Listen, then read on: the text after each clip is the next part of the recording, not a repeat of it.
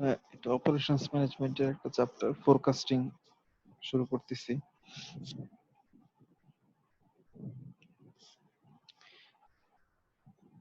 Forecasting হচ্ছে statement about the future. তার মানে আজকের প্রেজেন্ট টাইমে বসে ফিউচারে কি হবে এইটাকে যখন আমরা প্রেডিক্ট করি, এটাকে ফোরকাস্টিং বলি। যেমন যদি বলা হয় যে আগামীকালকের বৃষ্টি হবে কি হবে না, তো কেউ কেউ হয়তো বলবে হ্যাঁ বৃষ্টি হবে, কেউ কেউ হয়তো বলবে বৃষ্টি হবে না। তাহলে এই যে প্রেডিকশন করা হচ্ছে, আজকের দিনে বসে আগামীকালকেরটার কথা বলা হচ্ছে, অথবা আজকের এক সপ্তাহ পরের কথা বলা হচ্ছে। তো এইটাই আমরা ফিউচারের কোনো কিছু যে বলতেছি, এটাকে আমরা ফোরকাস্ট বলবো। ফোরকাস্টিং দরকার হয়, যে কোনো প্ল্যানিং পারপাজেই ফোরকাস্টিং দরকার হয়। আমাদের গার্মেন্টস ফ্যাক্টরিগুলোর প্ল্যানিং এর জন্য ফোরকাস্টিং না হলে র মেটেরিয়ালস আগে থেকে যে অ্যাভেলেবেল রাখতে হবে, না হলে তো প্রোডাকশন হ্যাম্পার হবে। তাহলে ফোরকাস্টিং করে দেখতে হবে যে আমার ডিমান্ড কি পরিমাণ থাকবে, সেই অনুযায়ী আমাকে আমার র মেটেরিয়ালস গুলোকে অ্যাভেলেবেল রাখতে হবে, আগে থেকেই সাপ্লায়ারকে অর্ডার করতে হবে। তো forecast are critical inputs to business plan. Business প্ল্যানকে এক্সিকিউট করা বা অ্যানুয়াল প্ল্যানকে এক্সিকিউট করা বা বাজেটিং, এই সব কিছুর জন্যই ফোরকাস্টিংটা ইম্পর্টেন্ট বা ক্রিটিক্যাল। আর অনেক কিছু চিন্তা করে ফোরকাস্টিং করতে হয়। সাপ্লাই চেনের ক্ষেত্রেও, সাপ্লাই চেনকে ম্যানেজ করার ক্ষেত্রে অথবা প্রোডাকশন প্রসেসকে ম্যানেজ করার ক্ষেত্রে ফোরকাস্টিং লাগে। তো প্ল্যানিং এর ক্ষেত্রে ফোরকাস্টিংটা হেল্প করে। হ্যাঁ সোহান, বলো। স্যার, প্রবাবিলিটি আর ফোরকাস্টের মধ্যে পার্থক্যটা কি? আচ্ছা, প্রবাবিলিটি আর ফোরকাস্টের ভিতর পার্থক্য হচ্ছে যে আমরা ফোরকাস্টিং এর মধ্যেও ধর প্রবাবিলিটিটাকে অ্যাপ্লাই করতে পারি আর কি।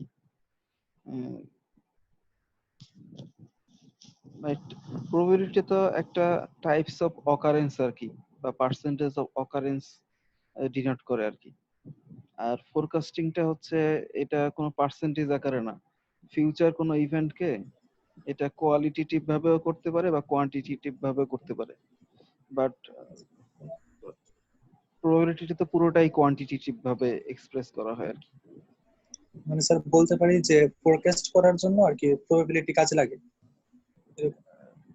হ্যাঁ, ডিফারেন্ট আমরা প্যারামিটার ধরে নেই, সেক্ষেত্রে প্রবাবিলিস্টিক্স প্যারামিটার হইতে পারে আর কি। ঠিক আছে স্যার।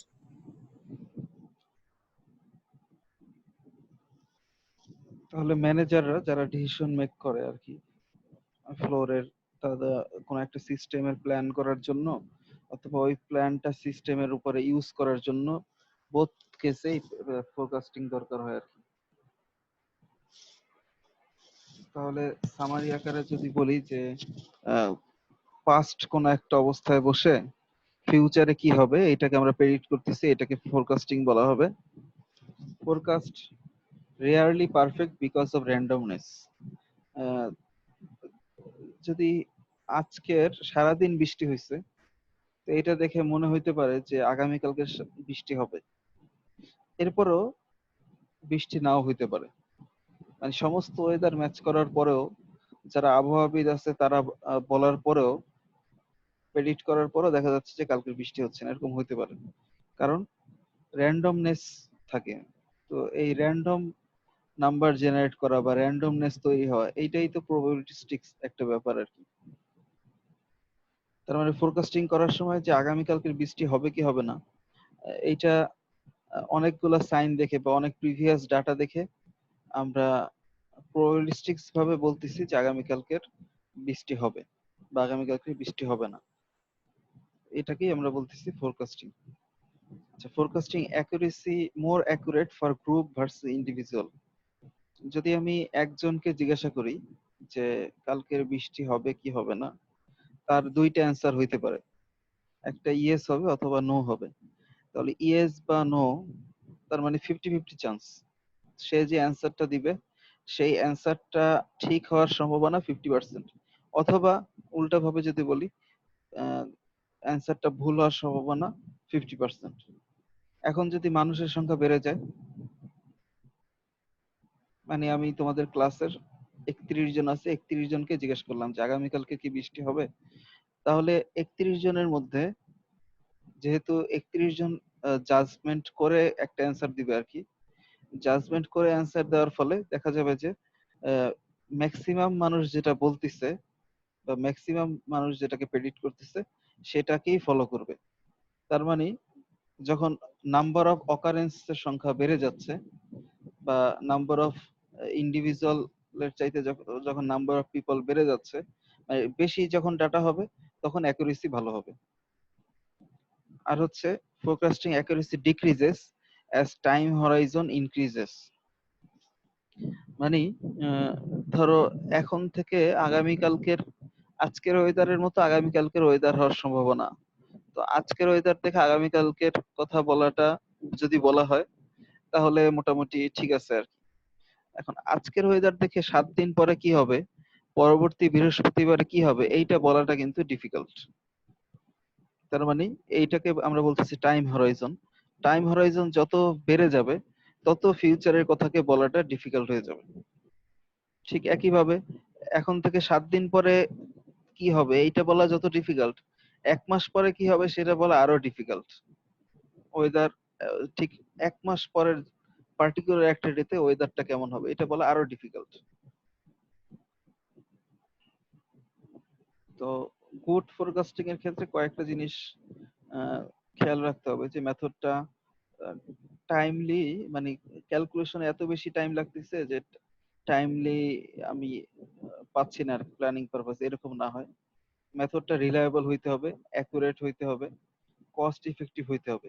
মানে ফোরকাস্টিং করতে চায় অনেক ডাটা কালেকশন করতে হচ্ছে, দেখা যাচ্ছে কস্টিং বেড়ে যাচ্ছে বা যে সিস্টেম ইউজ করা হচ্ছে এরকম না, কস্ট ইফেক্টিভ হইতে হবে, মিনিংফুল, মানে অ্যাকুরেসি হওয়ার সাথে সাথে যে ঠিক আছে এরকম একটা রেজাল্ট আসতেছে, কিন্তু রেজাল্টের সাথে আসলে আহ, বাস্তবে মনে হচ্ছে যে থিওরিটিক্যালি বা কাগজে কলমে রেজাল্ট একরকম আসতেছে, কিন্তু আসলে মনে হচ্ছে যে এখন এই রেজাল্টটা তো আসা উচিত না, এরকম না হয়। মানে মিনিংফুল একটা রেজাল্ট আসতে হবে। এবং ফোরকাস্টের যে রেজাল্ট এটা একটা রিটেন ডকুমেন্ট থাকবে বা সহজে ইউজ করা যাবে, এইগুলো হচ্ছে গুড ফোরকাস্টের বৈশিষ্ট্য আর কি। কয়েকটা স্টেপ মেনে ফোরকাস্টিং গুলো করা হয়, যে কেন কি পারপাজে ফোরকাস্টিংটা ইউজ করা হবে। এরপর সেকেন্ড স্টেজ হচ্ছে কত দিনের জন্য ফোরকাস্টটা করা হবে, মানে কতদিন পরের ফোরকাস্ট করা হবে। তো এই দুটোর উপর ডিপেন্ড করে একটা ফোরকাস্টিং টেকনিক সিলেক্ট করা হয়। তো সেই ফোরকাস্টিং টেকনিকের জন্য যে যে ডাটা লাগে সেই ডাটাগুলোকে মানে কালেক্ট করা হয়, এরপর অ্যানালাইসিস করা হয়। ডাটাকে কালেক্ট এন্ড অ্যানালাইসিস করার পরে ওই ফোরকাস্টিং টেকনিক অ্যাপ্লাই করে ফোরকাস্টিং করা হয়। এরপরে ফোরকাস্টিংটাকে মনিটরিং করা হয়, যে যেভাবে ফোরকাস্টিং করা হয়েছে আর অ্যাকচুয়াল যে অকারেন্স এদের ভিতরে ডিফারেন্স কতটুকু বা ইরর পার্সেন্টেজ কতটুকু এটাকে ক্যালকুলেট করা হয়।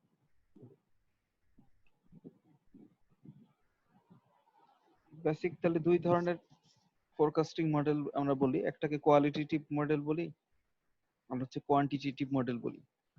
কোয়ালিটেটিভ মডেল নাম শুনে বোঝা যাচ্ছে যে কোয়ালিটেটিভ, মানে ডাটা ছাড়া যখন ফোরকাস্টিং হয় তখন সেটাকে কোয়ালিটেটিভ মডেল বলে।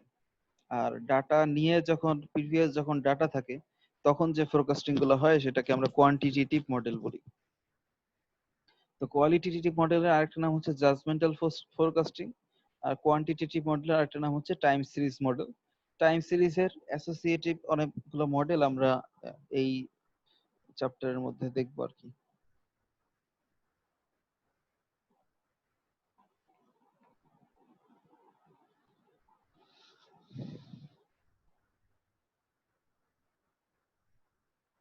জাজমেন্টাল ফোরকাস্ট এটা আবার 4 ধরনের হয়।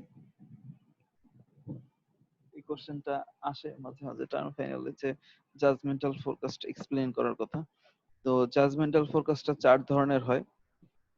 একটা টাইপ হচ্ছে কনজিউমার সার্ভে। কনজিউমার মানে হচ্ছে কাস্টমার সার্ভে। তোমরা প্রোডাক্ট ডিজাইন ল্যাব যখন করছিলা তখন কাস্টমার সার্ভে করছিলা। তো মার্কেটে ওই প্রোডাক্টের ইউজার যারা আছে তাদের কাছে জিজ্ঞাসা করা হয় যে কি অবস্থা, তারা এই প্রোডাক্টটার রিভিউ নেওয়া হয় বা কোনো একটা প্রোডাক্ট তারা কিনবে কিনা। তো তাদের রিভিউ অনুযায়ী তাদের রিভিউ গুলোকে অ্যানালাইসিস করে ফিউচারের কোনো কিছুকে প্রেডিক্ট করা যখন হবে তখন সেটাকে বলা হচ্ছে কনজিউমার সার্ভে ফোরকাস্টিং, মানে জাজমেন্টাল ফোরকাস্টিং। প্রিভিয়াস অ্যাকচুয়াল কিন্তু কোনো ডাটা নাই, মানে জাস্ট তাদের মতামতের উপরে ডিপেন্ড করতেছে। আর এটা হচ্ছে যে ডেলফি মেথড পরে বলতেছে। আর এটা হচ্ছে এক্সিকিউটিভ অপিনিয়ন। এক্সিকিউটিভ অপিনিয়নটা হচ্ছে আমাদের স্কোয়ারের এরকম হয় যে নতুন কোন একটা প্রোডাক্ট মার্কেটে লঞ্চ করার আগে দেখা যায় যে ওরা নিজস্ব এমপ্লয়ি যারা আছে তাদেরকে ওই প্রোডাক্টটা ট্রায়াল বেসিসে ইউজ করতে দেয়। মানে একদম মার্কেটে কাস্টমারের কাছে ফার্স্ট লঞ্চ করার আগে ওই প্রোডাক্ট লাইনের যারা এমপ্লয়ি আছে তাদেরকে এটা টেস্ট বেসিসে ইউজ করতে দেয়। তাদের কমপ্লেইন বা তাদের রিভিউ গুলোর উপরে ডিপেন্ড করে আরো একটু মডিফিকেশন করা হয় যদি প্রয়োজন হয়, তাহলে মডিফিকেশন পরে এরপরে বাজারে ছাড়া হয়। তাহলে মানে নিজস্ব এমপ্লয়ীদেরকে ম্যানেজার বা স্টাফ যারা আছে তাদের অপিনিয়নকে নিয়ে যখন কোন একটা ফোরকাস্টিং করা হয়, তাদের এক্সপিরিয়েন্সকে গ্যাদার করে যখন ফোরকাস্টিং করা হয় সেটাকে বলা হচ্ছে এক্সিকিউটিভ অপিনিয়ন ফোরকাস্ট। আর একটা হচ্ছে সেলস ফোর্স। কনজিউমার এর দ্বারা সার্ভে করলে অনেকটা সময় আহ, ভালো রেজাল্ট পাওয়া যায় না। ভালো রেজাল্ট কেন পাওয়া যায় না? ধরো কাস্টমারকে, মানে এখন কাস্টমারকে কিনতে হচ্ছে না। কাস্টমারকে যদি জিজ্ঞাসা করা হয় আপনার কি এই প্রোডাক্টটা দরকার, আপনার কি এই প্রোডাক্টটা দরকার, এরকম দেখা যাবে যে ম্যাক্সিমাম কাস্টমারই বলতেছে যে হ্যাঁ এই প্রোডাক্টটা, হ্যাঁ আমার তো দরকার, আমার হইলে ভালো হয়, এরকম একটা অ্যান্সার দিবে। কিন্তু যখন ফিজিক্যালি প্রোডাক্ট অ্যাভেলেবেল থাকবে, যখন তাকে বলা হবে ঠিক আছে আপনার তো প্রোডাক্টটা দরকার তাহলে প্রোডাক্টটা পারচেজ করেন, তখন কিন্তু সে চিন্তা করবে। যখন সে টাকা পয়সা খরচ করতে যাবে তখন সে চিন্তা করবে যে আমি আসলেই কি কি দরকার কিনা, আসলেই কিনবো কিনা, বা অন্যান্য তার প্রয়োজন আছে কিনা। তো সবকিছু মিলায় তখন দেখা যাবে যে আহ, যদি কনজিউমারের মতামতের উপর ভিত্তি করে ফোরকাস্টিং করা হয় সেক্ষেত্রে পুরোটা অ্যাকচুয়াল রেজাল্ট পাওয়া যাবে না। মানে এই জন্য সেলস ফোর্স যারা থাকে আর কি, যারা কাস্টমারদের কাছে ডিরেক্টলি সেলস করে, তাদের ওপিনিয়নটা অনেক ইম্পর্টেন্ট। তারা আসলে কাস্টমারকে ভালো বুঝে। তো তাদের ওপিনিয়নের উপর ডিপেন্ড করে, যেহেতু তারা কাস্টমারের খুব ক্লোজে থাকে, তাদের অপিনিয়নদের উপর ডিপেন্ড করে বা তাদের এক্সপিরিয়েন্সের উপর ডিপেন্ড করে ফিউচার মার্কেটে কি হবে এটাকে ফোরকাস্টিং করে, যেটাকে আমরা বলছি সেলস ফোর্স ফোরকাস্টিং। আর এটা হচ্ছে ডেলফি মেথড, যেটা উম, ধরো আমরা আহ, ধরো টক শো গুলা দেখি টিভিতে আর কি, যে তৃতীয় মাত্রা বলো বা অন্যান্য টক শো যেগুলো আছে। তো এই টক শো গুলার ক্ষেত্রে কি হয় যে কোনো একটা বিষয়ে যখন আলোচনা করা হয় ওই বিষয় রিলেটেড এক্সপার্ট মানুষজনকে নিয়ে আসা হয়।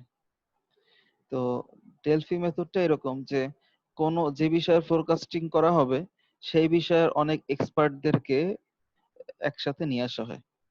নিয়ে আসার পরে এরপরে আহ, তাদের কাছ থেকে ওপিনিয়ন নেওয়া হয় বা তাদের কাছ থেকে সার্ভে করা হয়। কিন্তু এই সার্ভেতে তারা তাদের নাম লেখে না। প্রথম স্টেজটা হচ্ছে এরকম এক্সপার্টদেরকে একটা জায়গায় জড়ো করা হয়। এরপরে তারপর যে প্রোডাক্ট সম্পর্কে ফোরকাস্টিং করা হবে সেই প্রোডাক্ট সম্পর্কে তারা ডিফারেন্ট ওপিনিয়ন দেয়। তো ওপিনিয়ন শিট আগে থেকে তৈরি করা থাকতে পারে, তার রেসপেক্টে সে অ্যান্সার দিচ্ছে, এরকম হইতে পারে। তো যেহেতু তারা নাম লিখতেছে না, এরপরে যেটা করা হয় যে তাদের ওই সার্ভে বা ফর্ম ফিল আপ করার পরে সেই ফর্মগুলো এখন যেখানে অ্যানোনিমাস, মানে কে কোনটা ফিল আপ করছে এটা ধরো জানতেছে না আর কি, তখন একটা রাউন্ড টেবিল আবার ডিসকাশন হয় যে হ্যাঁ আসলেই এরকম কিনা। দুইজন এক্সপার্ট দুই ধরনের মতামত দিতে পারে।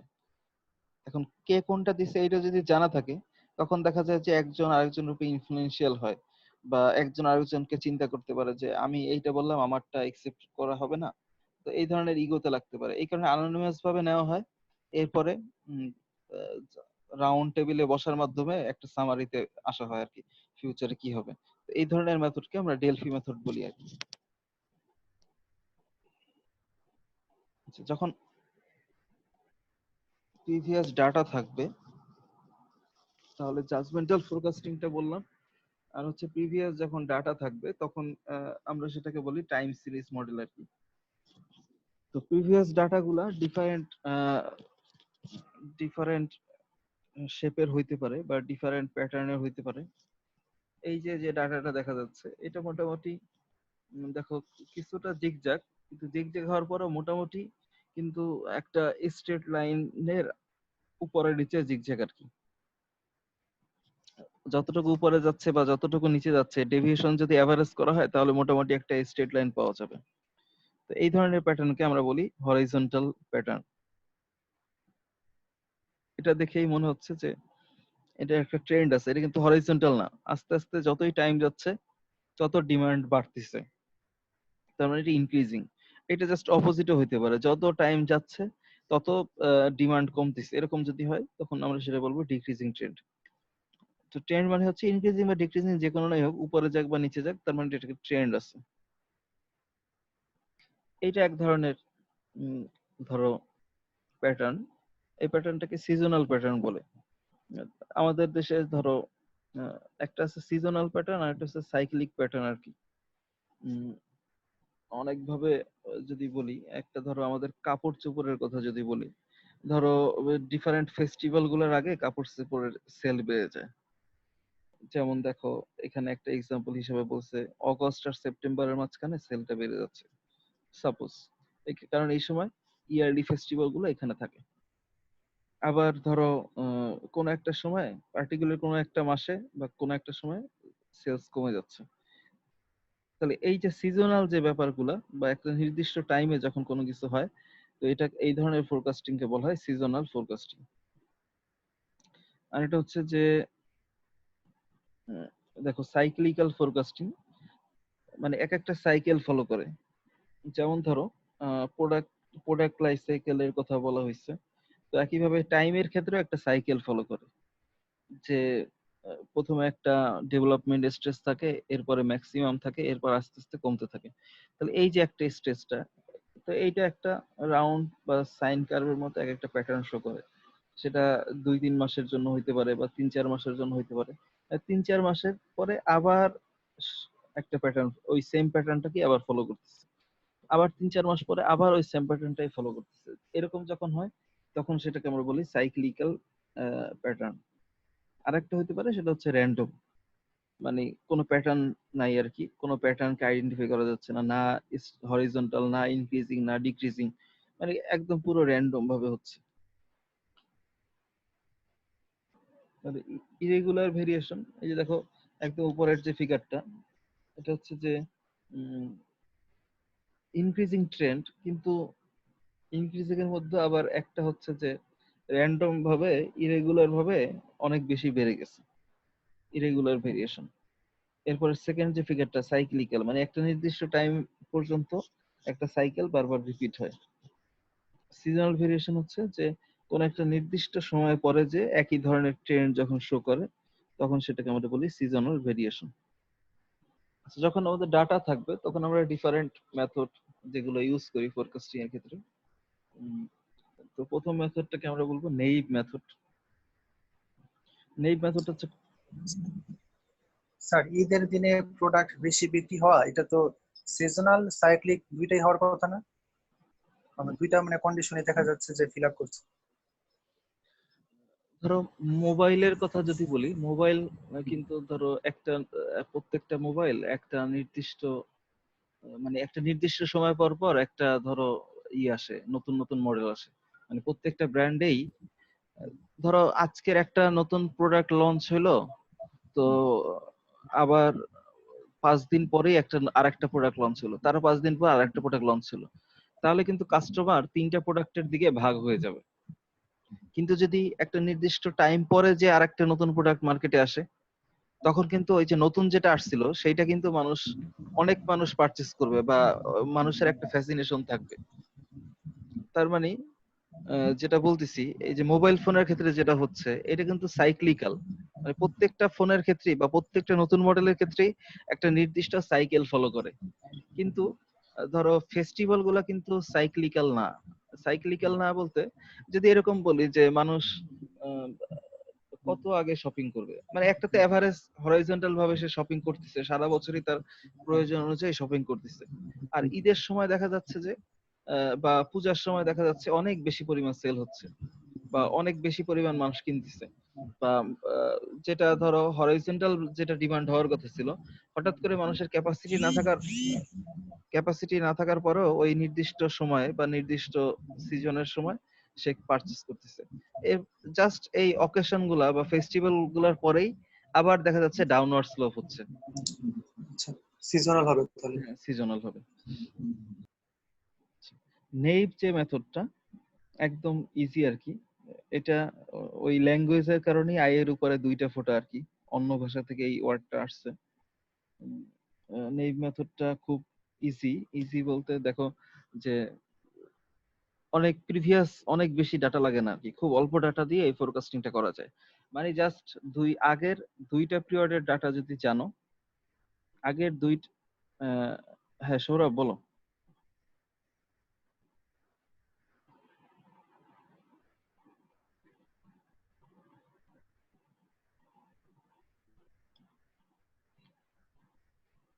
আচ্ছা, আগের দুইটা পিরিয়ডের ডাটা যদি জানো, আর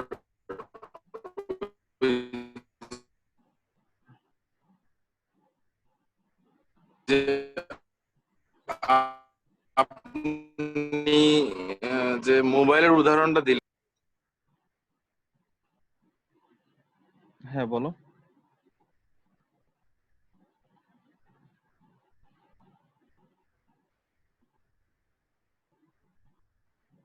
আমার নেটওয়ার্ক সমস্যা নাকি সৌরভের নেটওয়ার্ক সমস্যা, আমি তো শুনতে পাচ্ছি না। সৌরভের নেটওয়ার্ক সমস্যা স্যার। আপনার কথা শোনা যাচ্ছে স্যার ক্লিয়ার।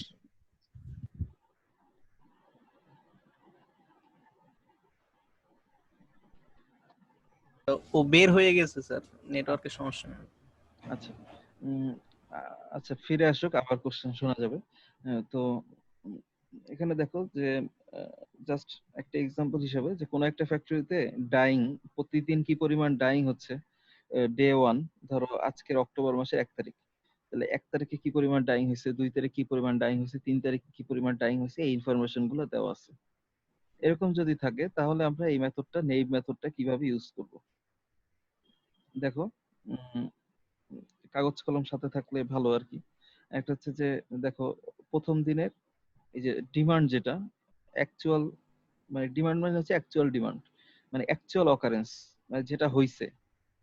আর ফোরকাস্ট মানে হচ্ছে তুমি যেটা প্রেডিক্ট করতেছো, বা এই মেথডে অ্যাপ্লাই করে যেটাকে প্রেডিক্ট করা হচ্ছে, এটাকে আমরা বলতেছি ফোরকাস্ট। তো এই মেথড অনুযায়ী দেখো আমরা বলতেছি যে প্রথম দিন প্রোডাকশন হয়েছে 74 টন, সেকেন্ড দিন প্রোডাকশন হয়েছে 86 টন। তাহলে প্রথম দিনের চাইতে সেকেন্ড দিন কত টন বেশি হয়েছে?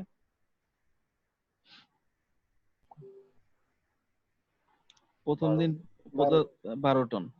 তাহলে প্রথম দিনের চাইতে, মানে এই মেথডটা এরকমই ইজি, যে তার মানে এরকম বলতেছে যে 1 তারিখের চাইতে 2 তারিখ 12 টন বেশি হয়েছে। তাহলে আমি ফোরকাস্ট, এই নেইভ মেথডের ফোরকাস্ট অনুযায়ী বলবো 2 তারিখ থেকে 3 তারিখেও 12 টন বেশি হবে। 1 আর 2, 2 দিনের ডাটা আমার কাছে আছে। তাহলে 2 দিনের ডাটা দেখে আমি প্রথম 2 দিনের ডাটা দেখে বললাম যে এই 1 তারিখ থেকে 2 তারিখে যে আমার 12 টন বেশি হয়েছে।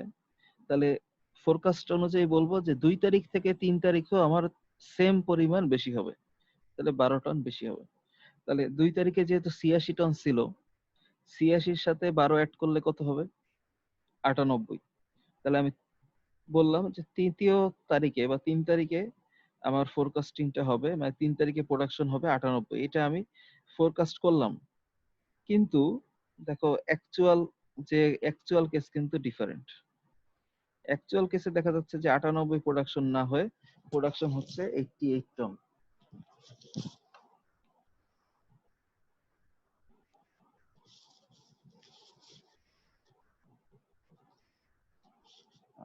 একইভাবে আহ, আমরা 4 তারিখে দেখো, তাহলে 3 তারিখে প্রোডাকশন হচ্ছে 88 টন, তাহলে এখন ডিফারেন্স কত? 2 তারিখ থেকে 3 তারিখের ডিফারেন্স কত? 2 টন। 2 তারিখে হচ্ছে 86, আর 3 তারিখে হচ্ছে 88, তার মানে ডিফারেন্স হচ্ছে 2 টন। তাহলে আমি বলবো 2 তারিখ থেকে 3 তারিখ যেহেতু 2 টন ডিফারেন্স, তার মানে 3 তারিখ থেকে 4 তারিখেও 2 টন ডিফারেন্স হবে। তাহলে 88 এর সাথে 2 টন ডিফারেন্স অ্যাড করে আমি ফোরকাস্ট বলতেছি 90। এখন এইটা যদি এখন সাপোজ 4 তারিখে 90 না হয়, এটা যদি 80 হয়, 4 তারিখে 90 না হয়, এটা যদি 80 হয়, তাহলে বলো তো 5 তারিখের ফোরকাস্ট কত হবে?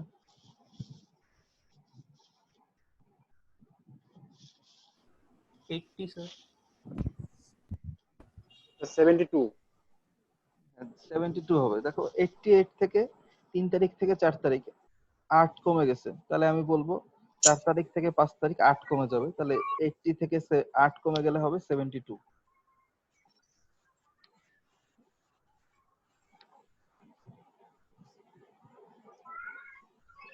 কিন্তু দেখা গেল যে অ্যাকচুয়াল প্রোডাকশন হয়েছে ধরো 90, অ্যাকচুয়াল প্রোডাকশন হয়েছে সাপোজ 90,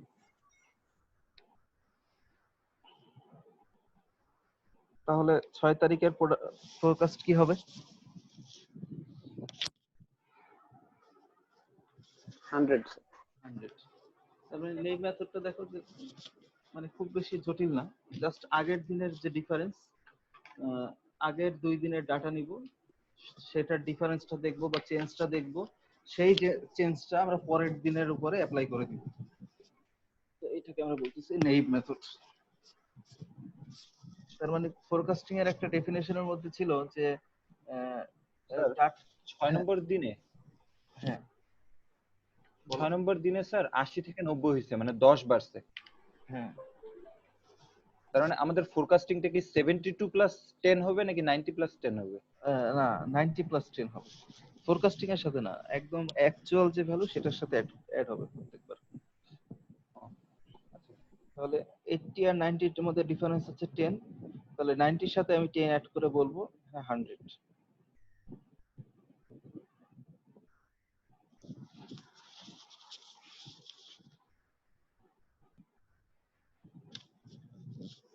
পরের মেথডটা হচ্ছে মুভিং এভারেজ মেথড।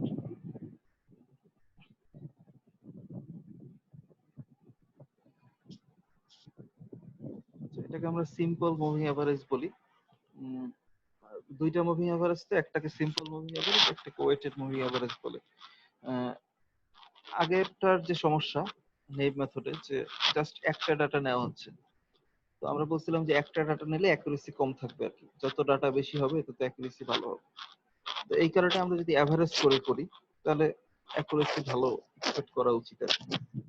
তো এই মেথডে একটা ভ্যালু এন, একটা ভ্যালু এখানে বলে দেওয়া থাকতে হবে।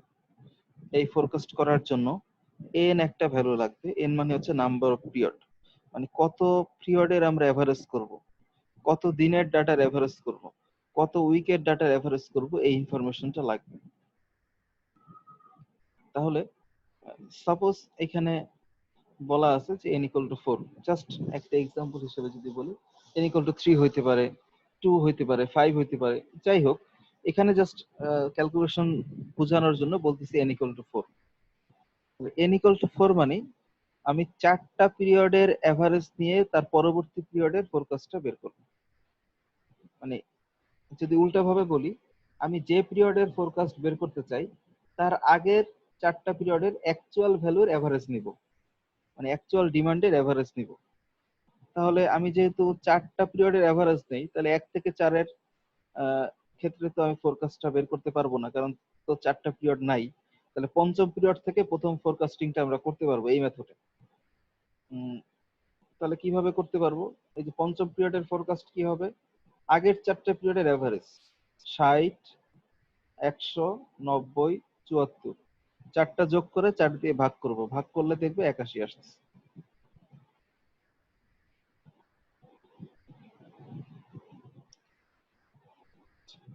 এখন তো বুঝতে পারলা যে এই 4টা নিয়ে যখন এভারেজ করছি, পিরিয়ড 1 মানে ডে 1, ডে 2, ডে 3, ডে 4, এইটার যখন অ্যাকচুয়াল ডিমান্ড গুলা নিয়ে এভারেজ করছি, তখন আমরা পাচ্ছি 81।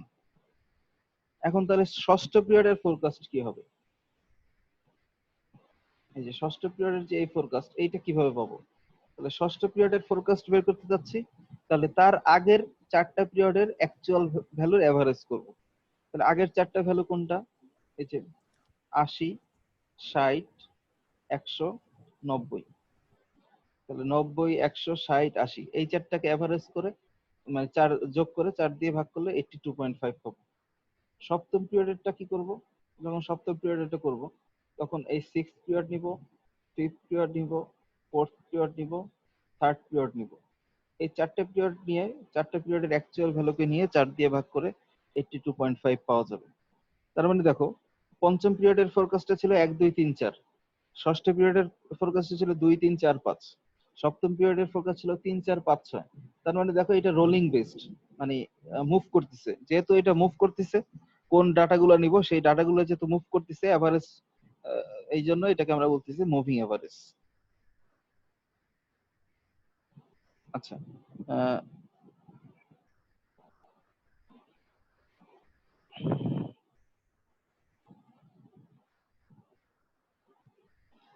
যদি n equal to 3 হয়, n equal to যদি 3 হয়, তাহলে তোমরা f7 বের করো তো। আচ্ছা, এই যে আমরা এক ডিমান্ডকে ক্যাপিটাল ডি দ্বারা এক্সপ্রেস করি অথবা এ দ্বারা এক্সপ্রেস করি, আর ফোরকাস্টকে এফ দ্বারা এক্সপ্রেস করি, মানে ডি ফর ডিমান্ড অথবা অ্যাকচুয়াল ডিমান্ড। এ দ্বারাও এক্সপ্রেস করা হয়, ডি দ্বারাও এক্সপ্রেস করা হয়, আর ফোরকাস্টকে এফ দ্বারা এক্সপ্রেস করা হয়। তাহলে যদি এ দ্বারা এক্সপ্রেস করি, তার মানে এইটা হচ্ছে A1, ওয়ানটা হচ্ছে নিচে আর কি। প্রথম পিরিয়ডের অ্যাকচুয়াল ভ্যালু মানে A1, সেকেন্ড পিরিয়ডের অ্যাকচুয়াল ভ্যালু মানে A2, থার্ড পিরিয়ডের অ্যাকচুয়াল ভ্যালু মানে A3। ঠিক একইভাবে ফোরকাস্ট 7 মানে এই যে 7th পিরিয়ডের ফোরকাস্ট, F6 মানে হচ্ছে 6th পিরিয়ডের ফোরকাস্ট, F5 মানে হচ্ছে 5th পিরিয়ডের ফোরকাস্ট। তাহলে F7 বের করো ফর n equal to 3। 3 পিরিয়ডের জন্য আমরা এভারেজ করব, তাহলে ফোরকাস্ট 7 বা F7 বের করো।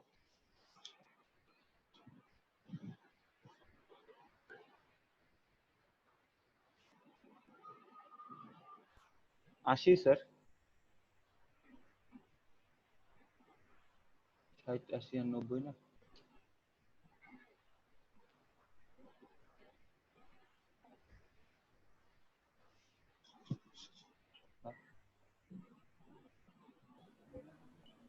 ছিয়াত্তর 76.6। হ্যাঁ, 230/3 হয় বোধহয়।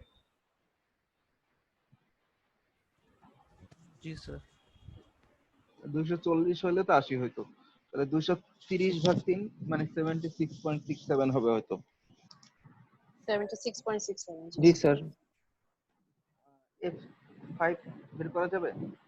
এখানে কিন্তু দেখো, তাহলে কিন্তু F4টাও কিন্তু বের করা যাবে, কারণ হচ্ছে আমরা n equal to 3 নিচ্ছি। 1, 2, 3 এই 3 কোডের ডাটা নিয়ে F4ও কিন্তু এখানে এই পার্টিকুলার কেসে বের করা যাবে। আচ্ছা, n equal to 5 এর জন্য F6 বের করো তো।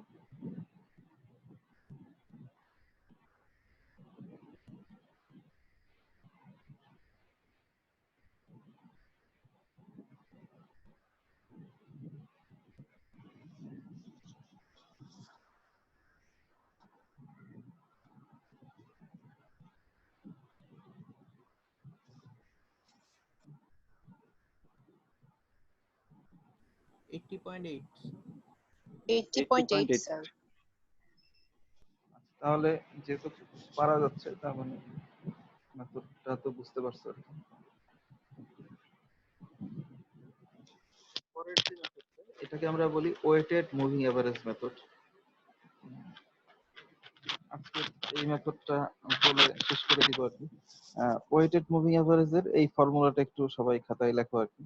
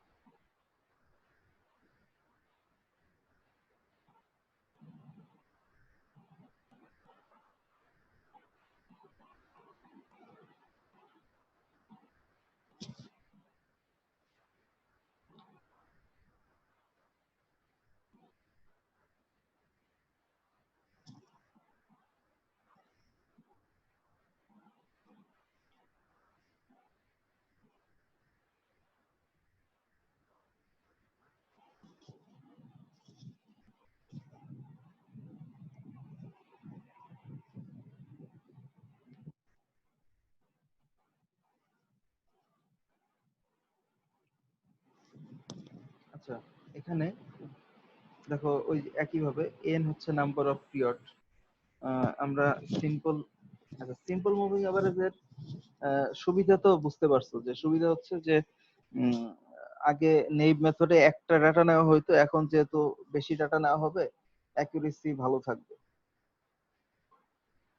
কিন্তু সিম্পল মুভিং এভারেজে একটা ডিসঅ্যাডভান্টেজ আছে, ডিসঅ্যাডভান্টেজটা আগে বলে আসি। সেটা হচ্ছে যে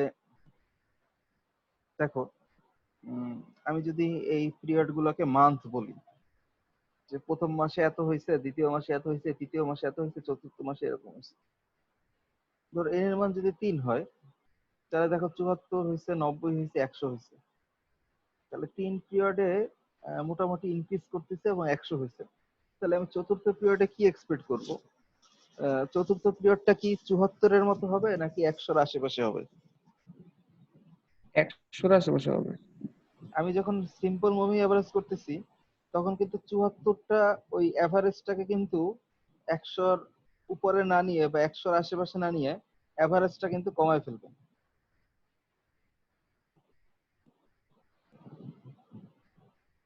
বা এই দেখো 4, 5, 6 দেখো 60, 80, 90।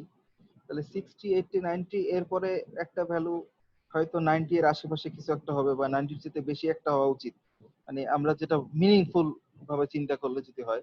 কিন্তু এই 60 থাকার কারণে কিন্তু এভারেজটা হয়ে যাচ্ছে কম, এই যে 76 হয়ে যাচ্ছে।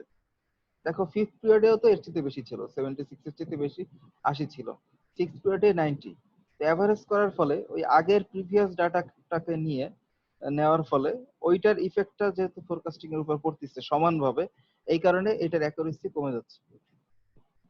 মানে যদি এভাবে আরেকটু ভাবে বলি যে ধরো আহ, এখনকার টেম্পারেচার কত থাকবে বা এখনকার ওয়েদার কেমন থাকবে, এটা বলার জন্য আমি 4 মাসের এভারেজ যদি নেই, তাহলে 4 মাস আগে এত গরম ছিল, তাহলে তো সেই গরমের ইফেক্টে এখন বলতে হবে যে এখন অনেক গরম থাকবে। অথবা 4 মাস আগে অনেক বৃষ্টি ছিল, তাহলে বলতে হবে যে এখনো অনেক বৃষ্টি হবে। মানে ওইটার ইফেক্টটাও কিন্তু এখন পড়বে, কিন্তু এখনকার ওয়েদার হয়তো ডিফারেন্ট কিছু বলতে পারে। আচ্ছা, এইটাকে সলভ করার জন্যই হচ্ছে ওয়েটেড মুভিং এভারেজ। মানে সবগুলাকে আমরা সমান ওয়েট দিব না, এভারেজ করব ঠিকই, সবগুলাকে সমান ওয়েট দিব না, ওয়েট দিব এক একটাকে এক এক রকম। এই ওয়েট যেটা দিব সেটাকে আমরা বলতেছি ভ্যালু অফ আলফা। তাহলে দেখো কোন কোন একটাকে 0.6 ওয়েট মানে 60% ওয়েট দিব, কোন একটাকে 30% ওয়েট দিব, কোন একটাকে 10% ওয়েট দিব। এখানে একটা বিষয়, আলফা এর সবগুলা ভ্যালু মিলে 1 হইতে হবে, আলফা এর সবগুলা ভ্যালু মিলে 1 হইতে হবে।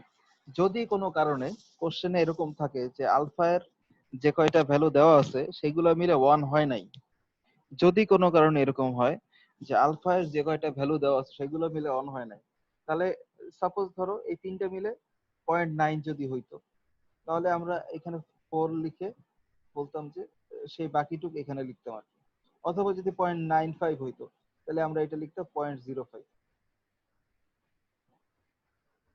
মানে ধরো এইটাকে 0.6 এর পরিবর্তে এটা 0.55 আছে, যদি এরকম থাকতো, তাহলে 0.55 আর 0.3 মানে 0.85 প্লাস 0.1 0.95, তাহলে আমরা একটা 4 অ্যাড করে 0.05 লিখতাম।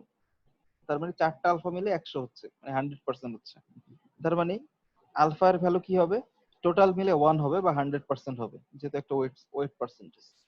এই একটা কেস গেল। এখানে তিনটা মিলেই 100% হয়েছে, তাহলে আমাদেরকে আর অ্যাড করার আপাতত এখানে দরকার নেই। এখানে আলফা এর যে কয়টা ভ্যালু থাকবে এন এর ভ্যালু তত, আলফা এর যে কয়টা ভ্যালু থাকবে, তাহলে আলফা এর ভ্যালু একটা হচ্ছে 0.6, একটা 0.3, একটা 0.1। আলফা এর যেহেতু তিনটা ডিফারেন্ট ভ্যালু আছে, তাহলে এন এর ভ্যালু আমরা বলবো 3, নাম্বার অফ পিরিয়ড হচ্ছে 3। এখন যদি আমরা ফোরকাস্টটা বের করতে চাই, ধরো আমি F7 বের করতে চাই, F7 বের করতে চাই, তাহলে আমরা যদি এই ফর্মুলার লেফট হ্যান্ড সাইডের দিকে তাকাই, F7 এর জন্য আমি F7 বের করতে চাচ্ছি, তাহলে F7 এর জন্য আমার কি কি ইনফরমেশন লাগবে? তাহলে T+1 মানে হচ্ছে 7, বলা যায় লেফট হ্যান্ড সাইডের সাথে কম্পেয়ার করলে টি প্লাস 1 মানে হচ্ছে 7,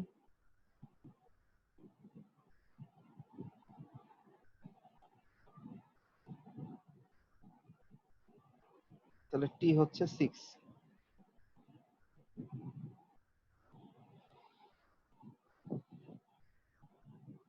যেহেতু টি 6, এখন তাহলে পরের অংশটুকু বলি।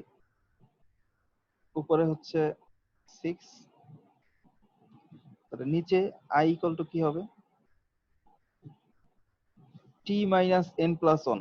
টি হচ্ছে 6 মাইনাস n এর মান বললাম 3, যেহেতু আলফার ভ্যালু 3টা, প্লাস হচ্ছে 1। তাহলে 6 এর 1 7, 7 থেকে 3 গেলে 4। i ইকুয়াল টু তাহলে 4 থেকে 6। এখন পরের টুকু আসো, আলফা টি এর ভ্যালু কত? এই যে 6, তাহলে টি এর ভ্যালু 6 মাইনাস i প্লাস 1। 6 আর 1 মিলে হচ্ছে 7, 7 মাইনাস i প্লাস হচ্ছে, প্লাস না, ইনটু হচ্ছে ai, তাহলে i লিখলাম। এই সামেশন মানে হচ্ছে i হচ্ছে 4 থেকে 7 6, i এর ভ্যালু একবার 4 হবে, একবার 5 হবে, একবার 6 হবে, তিনটা ভ্যালু হবে। তাহলে তিনটা ভ্যালু, i এর তিনটা ভ্যালুর যে টার্মগুলো আসবে সেগুলোকে আমরা অ্যাড করব, যেহেতু সামেশন আছে। তাহলে i এর ভ্যালু যদি প্রথমে 4 ধরি, তাহলে 7 মাইনাস 4 কি হবে? আলফা এর ভ্যালু 7 মাইনাস 4 3, তাহলে আলফা 3। i এর ভ্যালু যদি 4 ধরছি ai, তাহলে a এর ভ্যালু হবে a4 প্লাস,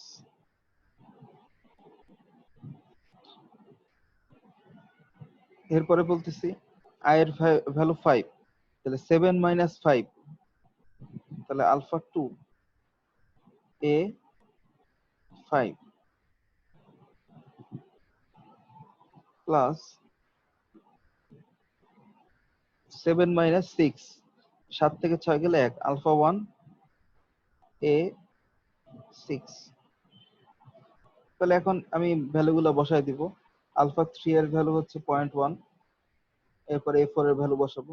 আলফা 2 এর ভ্যালু হচ্ছে 0.3, এরপরে a5 এর ভ্যালু বসাবো। এই যে 1 2 3 4 5, তাহলে a5 হচ্ছে 40।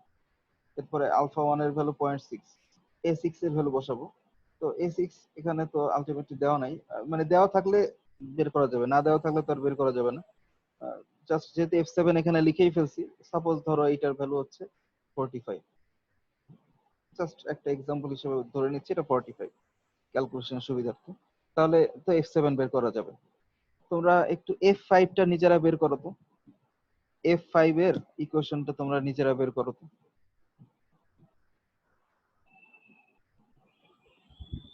স্যার 0.3 ইন্টু 40 হবে। আবার বলো। 0.3 ইন্টু 40 এরপরে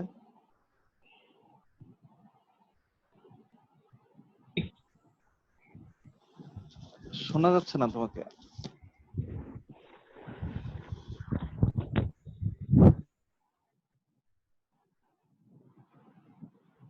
হ্যালো, হ্যাঁ বলো। বলি স্যার 0.3 ইন্টু 40 হবে এটার অ্যান্সার। যেটা করলাম f7, f7 না, তোমাদেরকে f5 বের করতে বলছি না, নাকি 4 বের করতে বলছি? f5 বের করো, এই ফর্মুলা F5 বলছেন। f5 বলছি, এই ফর্মুলাটা অ্যাপ্লাই করো, তাহলে t এর ভ্যালু হবে 4, যে t প্লাস 1, তাহলে t এর ভ্যালু হচ্ছে 4, 4 প্লাস 1 মানে 5। তাহলে এখন ফর্মুলাটা অ্যাপ্লাই করো।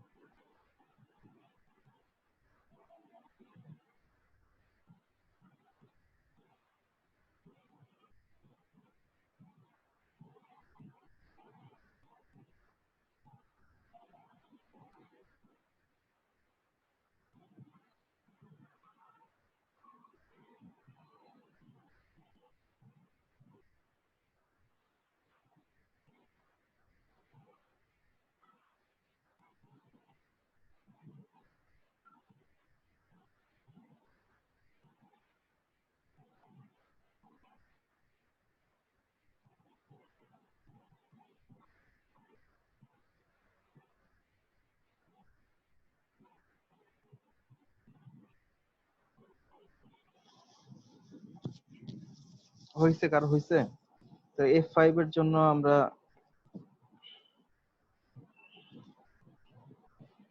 এরকম বলবো আর কি, সামেশন সাইন থাকলো, তাহলে টি এর ভ্যালু হচ্ছে 4, 4 মাইনাস 3 প্লাস 1, 5 মাইনাস 3 মানে হচ্ছে 2, 2 থেকে উপরে হচ্ছে 4 পর্যন্ত, তাহলে আলফা হবে টি এর ভ্যালু স্যার 32.7 আসছে। 32.7 আসছে স্যার। হ্যাঁ, আলটিমেটলি রেজাল্ট এটা যে দেওয়াই আছে, তার মানে তোমাদের হয়েছে আর কি। আচ্ছা, তাহলে ই বের করো তো, F4, F4টা তো দেওয়া না, F4 বের করো।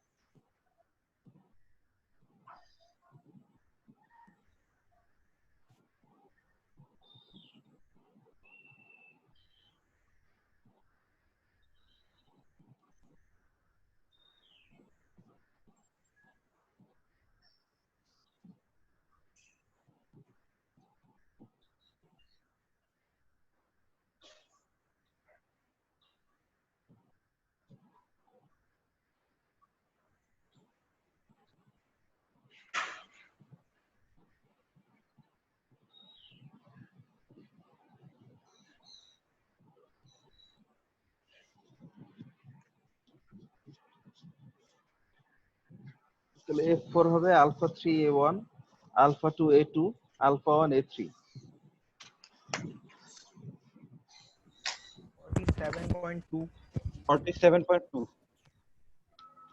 47. 47.2 আচ্ছা স্যার 47.2 আসছে। আচ্ছা, তার মানে যেহেতু আসছে তাহলে তো আহ, বুঝতেই পারছো আর কি, মানে হয়েছে আর কি মেথডটা। এখন যারা হাতে করছো তারা একটা ট্রেন্ড বুঝতে পারার কথা আর কি। দেখো, ফর্মুলা দিয়ে তো এভাবে করা যাচ্ছে, ফর্মুলার চাইতে কিন্তু একদম সহজভাবে তুমি চাইলে করতে পারো। সেটা হচ্ছে যে যখন কোনো পিরিয়ডের ফোরকাস্ট বের করতে বলবে, সাপোজ F4 বের করতে বলবে, এই পিরিয়ডটা বের করতে বলবে, তাহলে আমি আগের তিনটা ডাটা নিব, ওই যে সিম্পল মুভিং অ্যাভারেজ যেরকম নিতাম, আগের তিনটা ডাটা নিব, আগের তিনটা ডাটার মধ্যে যেটার মধ্যে আলফার ওয়েটেজ বেশি সেটাকে মোস্ট রিসেন্টে বসাবো, তারপরে যেটা ওয়েট তার আগেরটাতে বসাবো, তারপরে যেটা ওয়েট সেটা তার আগেরটাতে বসাবো। তাহলে 47 ইন্টু 0.6, 48 ইন্টু 0.3 প্লাস 46 ইন্টু 0.1, দেখো তোমাদের ক্যালকুলেশনে এরকম আসছে। এরপরে F5 এর ক্ষেত্রেও তাই, 23 ইন্টু 0.6, 87 ইন্টু 0.3, 48 ইন্টু 0.1, 32.70 আসছে। বুঝা যাচ্ছে? তার মানে মোস্ট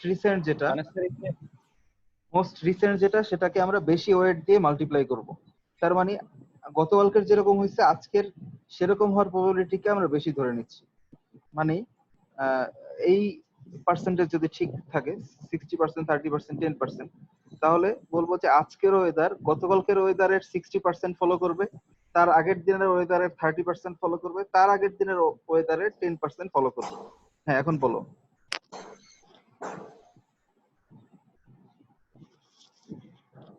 একটা কোশ্চেন আসলে বলতেছি যে বুঝতে পারছি। রিসেন্টার ইমপ্যাক্টটা বেশি, রিসেন্টার ইমপ্যাক্টটা অনেক বেশি। হ্যাঁ, রিসেন্টার ইমপ্যাক্ট বেশি থাকবে। তাহলে ওই যে সিম্পল মুভিং এভারেজে যে প্রবলেমটা আমরা কনসিডার করতেছিলাম, যে সবগুলোকে সমান ওয়েট দিচ্ছিলাম, তো এইটাকে আমরা এই ওয়েটেড মুভিং এভারেজে এই ডিসঅ্যাডভান্টেজটাকে আমরা সলভ করতে পারি।